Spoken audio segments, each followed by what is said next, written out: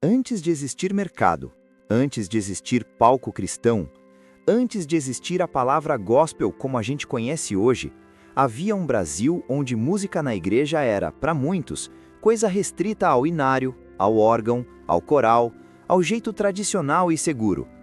Foi nesse cenário, sem estrada aberta e sem manual, que surgiu Luiz Agapito de Carvalho. Para alguns, ele se tornaria um patriarca, para outros, um revolucionário. Mas a história dele começa longe do púlpito e bem distante do ambiente evangélico. Luiz nasceu em 16 de maio de 1925, em Bauru, interior de São Paulo. Desde criança, a música o puxava como se fosse um destino inevitável. O que chama a atenção é o quanto essa atração se tornou cedo uma decisão. Com o apoio do pai, ele saiu de casa aos 10 anos para investir na carreira. Era um menino vivendo em pensões, viajando de cidade em cidade, aprendendo na prática aquilo que não se aprende em sala de aula: ritmo, ouvido, palco, público, estrada. A infância dele não foi marcada por brinquedos e conforto, mas por disciplina e sobrevivência. Quando muitos ainda estavam descobrindo o mundo, Luiz já estava sendo moldado por ele. Aos 17 anos, já liderava uma banda chamada Conjunto Havaiano, também conhecida como Luiz de Carvalho e seu Conjunto Havaiano. O nome diz muito sobre o tempo. Era uma época em que conjuntos musicais animavam bailes, bares, cassinos e boates, e os cassinos ainda eram permitidos no Brasil. Luiz não era um músico amador tentando espaço. Ele já vivia como profissional, circulando em ambientes onde a noite era regra, onde o brilho exigia energia e onde a boemia parecia natural. A banda cresceu, ganhou notoriedade e chegou ao ponto de realizar turnês internacionais pela América Latina. Chile, Argentina, México, lugares que reforçavam a ideia de que a vida dele já tinha uma rota definida. Pelo olhar humano, tudo indicava continuidade. Mais shows, mais contratos, mais estrada, mais prestígio. O tipo de trajetória que, quando começa cedo e dá certo rápido, cria em volta do artista um destino quase inquestionável. O palco vira casa, a música vira identidade, e a noite vira normalidade. Só que em 1947, algo acontece que muda o rumo inteiro da história. Luiz estava na cidade de Tupã, em São Paulo, prestes a fazer uma apresentação no Lions Club. Era mais uma agenda, mais um evento, mais um compromisso. Após o jantar, antes do show, ele saiu para dar uma volta pela cidade. E foi nessa caminhada simples, fora de um templo, fora de um ambiente religioso, que ele se deparou com um grupo fazendo evangelismo de rua. Nada de estrutura, nada de iluminação especial, nada de palco. Apenas gente comum e uma palavra lançada no ar. O pregador citou Mateus 11:28. Vinde a mim todos vós que estáis cansados e oprimidos. A frase não soou como discurso, soou como chamado direto. Não foi uma emoção momentânea, foi como se aquela palavra tivesse atravessado toda a experiência acumulada por Luiz e encostado num ponto secreto do coração. Cansaço, opressão, vazio. Mesmo cercado de música e movimento, havia um peso que o sucesso não aliviava. Luiz procurou o pastor, recebeu uma Bíblia, e ali, naquele contexto improvável, converteu-se ao protestantismo. Esse é o tipo de virada que não cabe em uma explicação fria, porque a partir dali ele ainda cumpriu algumas agendas com o Conjunto Havaiano, mas algo dentro dele já não era o mesmo. O entusiasmo pela vida boêmia começou a morrer, o brilho da noite perdeu força, a alegria artificial das apresentações já não preenchia. Uma nova direção começou a se formar, não como estratégia de carreira, mas como convicção. Com o apoio do pastor e da nova igreja, Luiz encerrou o contrato e deixou a banda ainda em 1947. O que parecia uma ruptura impossível se tornou realidade. Ele não apenas trocou o repertório, ele trocou de vida. E esse detalhe é decisivo para entender o que viria depois. Luiz não entrou no caminho cristão para ajustar a agenda. Ele entrou para obedecer ao chamado que havia ouvido. Depois disso, buscou formação musical de forma mais estruturada, ingressando no Conservatório Carlos Gomes, ao mesmo tempo em que se envolvia ativamente na comunidade local, chegando a presidir a União de Mocidade da Igreja Batista de Tupã. A música, que antes era instrumento de entretenimento, começou a se tornar veículo de algo maior. Ainda não havia grandes gravações, ainda não havia reconhecimento nacional, mas já existia um princípio que carregaria toda a vida dele. Quando Deus chama, não basta admirar a mensagem, é preciso mudar o caminho. E é exatamente desse ponto, onde o músico de estrada se torna um homem com missão, que nasce o pioneiro que ajudaria a mudar para sempre a música cristã no Brasil. Depois da conversão, Luiz de Carvalho não encontrou um ambiente pronto para receber aquilo que ele carregava. A igreja brasileira da época ainda caminhava com cautela em relação à música. O canto congregacional era respeitado, os hinos tradicionais tinham um lugar seguro, mas qualquer instrumento associado à boemia era visto com profunda desconfiança. O violão, em especial, carregava um estigma pesado. Para muitos, não era apenas inadequado, era considerado profano, coisa de bar, de noite, de mundo. E foi exatamente esse instrumento que Luiz trouxe consigo. Não se tratava de provocação, mas de identidade.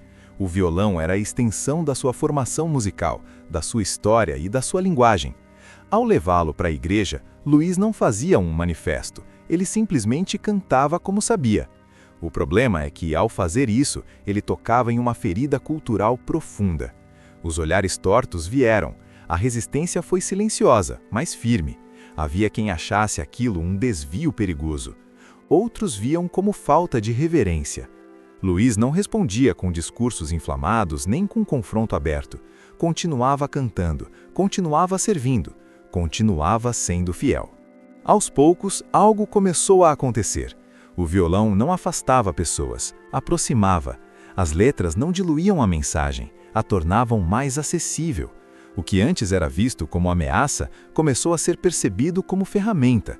Sem perceber, a igreja estava sendo empurrada para fora da sua zona de conforto. E isso raramente acontece sem custo. Foi nesse contexto que Luiz de Carvalho deu outro passo decisivo: a gravação. Até então, a música evangélica registrada em disco ainda engatinhava. Feliciano Amaral havia gravado, em 1948, um disco em 78 rotações, mas o formato LP, de 33 rotações, ainda não havia sido explorado no meio cristão. Luiz enxergou ali não uma oportunidade comercial, mas uma necessidade prática. Seu primeiro trabalho gravado tinha um objetivo simples e direto: arrecadar recursos para a construção do templo de sua igreja. O resultado foi imediato. Todas as cópias foram vendidas e a construção foi concluída. Esse detalhe revela muito sobre o espírito com que ele trabalhava. O disco não nasceu como produto, mas como instrumento de missão. Em 1955, Luiz gravou o primeiro LP de música sacra cristã no Brasil. 3 anos depois, em 1958, lançou o álbum musical Boas Novas, um marco histórico. Sem alarde, sem rótulos, ele estava ajudando a fundar uma linguagem que ainda não existia. A partir daí, sua produção se tornou constante. As fontes variam nos números exatos, mas falam de dezenas de álbuns, chegando a mais de 70 discos ao longo da vida, além de centenas de hinos gravados. O próprio Luiz afirmava ter registrado quase 900 canções. Independentemente do número final, o fato é que sua voz passou a se espalhar por igrejas, lares e encontros cristãos em todo o país, não como trilha de entretenimento, mas como ensino cantado. Canções como Se Isso Não For Amor ganharam força na interpretação dele. Estou Seguindo a Jesus Cristo nasceu diretamente da sua própria decisão de conversão, tanto na letra quanto na melodia. Luiz sempre foi enfático ao afirmar sua autoria, inclusive expressando publicamente sua insatisfação ao ver a música utilizada como prefixo de programas de rádio sem o devido crédito ou autorização. Esse episódio expunha outra faceta importante. Ele não tratava a música cristã como algo sem valor. Para ele, chamado não anulava a responsabilidade. Com o passar do tempo, outras canções se tornaram referências.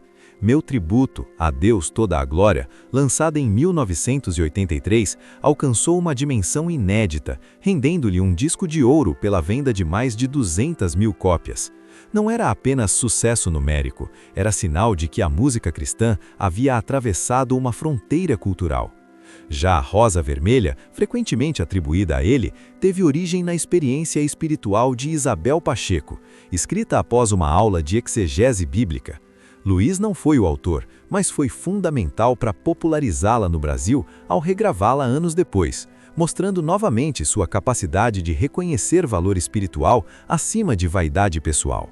Enquanto tudo isso acontecia, o preconceito inicial contra o violão ia perdendo força. Aquilo que antes era rejeitado agora era aceito. O instrumento permaneceu, o caminho foi aberto e outros passaram a trilhar por ele. O que começou como resistência silenciosa terminou como herança incorporada. Luiz de Carvalho não estava apenas gravando músicas, estava, passo a passo, mudando a forma como a igreja brasileira se relacionava com a música. Sem romper com a fé, sem diluir a mensagem, sem negociar princípios. O pioneiro não é aquele que chega primeiro por vaidade, mas aquele que permanece quando ninguém aplaude. E foi assim, no desgaste do cotidiano, que ele consolidou um legado que ainda sustentaria gerações. Com o caminho aberto e a música cristã já encontrando espaço dentro das igrejas e dos lares, Luiz de Carvalho passou a viver uma fase em que sua voz deixou de ser apenas pioneira para se tornar referência. Ele já não era somente alguém que cantava para a igreja, era alguém que ajudava a formar a própria identidade da música cristã brasileira. O que antes era resistência, virou influência. O que antes era novidade, passou a ser fundamento. Um dos momentos mais simbólicos dessa trajetória aconteceu em 1965. Em plena ditadura militar, o estádio do Maracanã recebeu a cruzada evangelística de Billy Graham. Cerca de 120 mil pessoas estavam reunidas. Em um espaço historicamente associado ao futebol e a grandes eventos seculares, Luiz de Carvalho cantou. A imagem é poderosa. Um homem que um dia tocou em boates e cassinos, agora entoava louvores em um dos maiores palcos do país, diante de uma multidão, anunciando a mesma fé que o havia alcançado anos antes numa rua simples de Tupã. Décadas depois, no ano 2000, ele voltaria ao Maracanã, fechando um ciclo que poucos poderiam imaginar no início de sua história. Mas o legado de Luiz não se limitou às canções nem aos grandes eventos. Ele também foi um construtor de estruturas. Fundou a gravadora Boas Novas, com o lema O Disco da Família Cristã. Em uma época em que quase não existia mercado fonográfico evangélico organizado, a gravadora funcionou como abrigo e plataforma para novos talentos. Mais tarde, sob a liderança de seu filho, Elias de Carvalho, a Boas Novas se tornou a gravadora Bom Pastor, responsável por lançar e consolidar nomes que marcariam outras gerações, como Cristina Mel e Paulo César Baruch. O pioneiro não apenas abriu o caminho, ajudou a sustentar quem vinha atrás. A vida pessoal, no entanto, não foi marcada apenas por conquistas. Luiz foi casado com Adelina, com quem teve 4 filhos, Elias, Luiz Roberto, Marta e Davi. Em 1986, Adelina faleceu vítima de um aneurisma cerebral. A perda foi profunda e silenciosa. Não houve discursos públicos elaborados, mas a dor atravessou sua vida de forma real.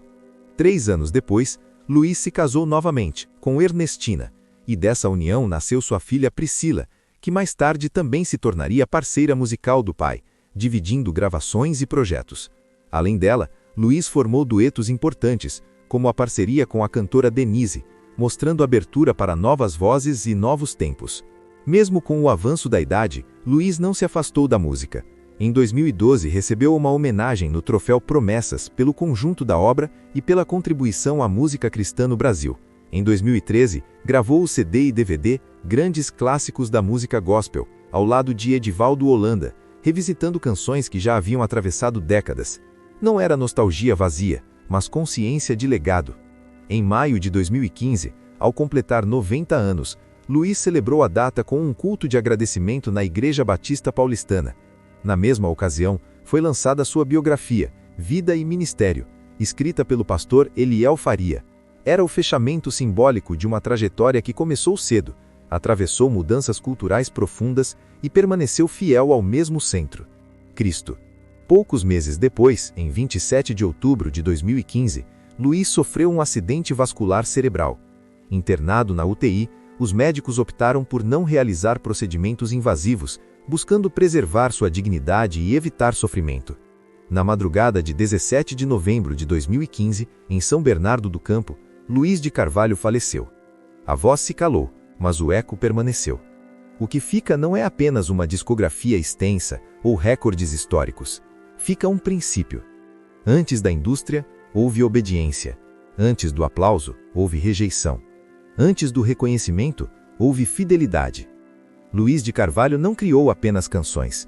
Ajudou a criar um espaço onde outros pudessem cantar.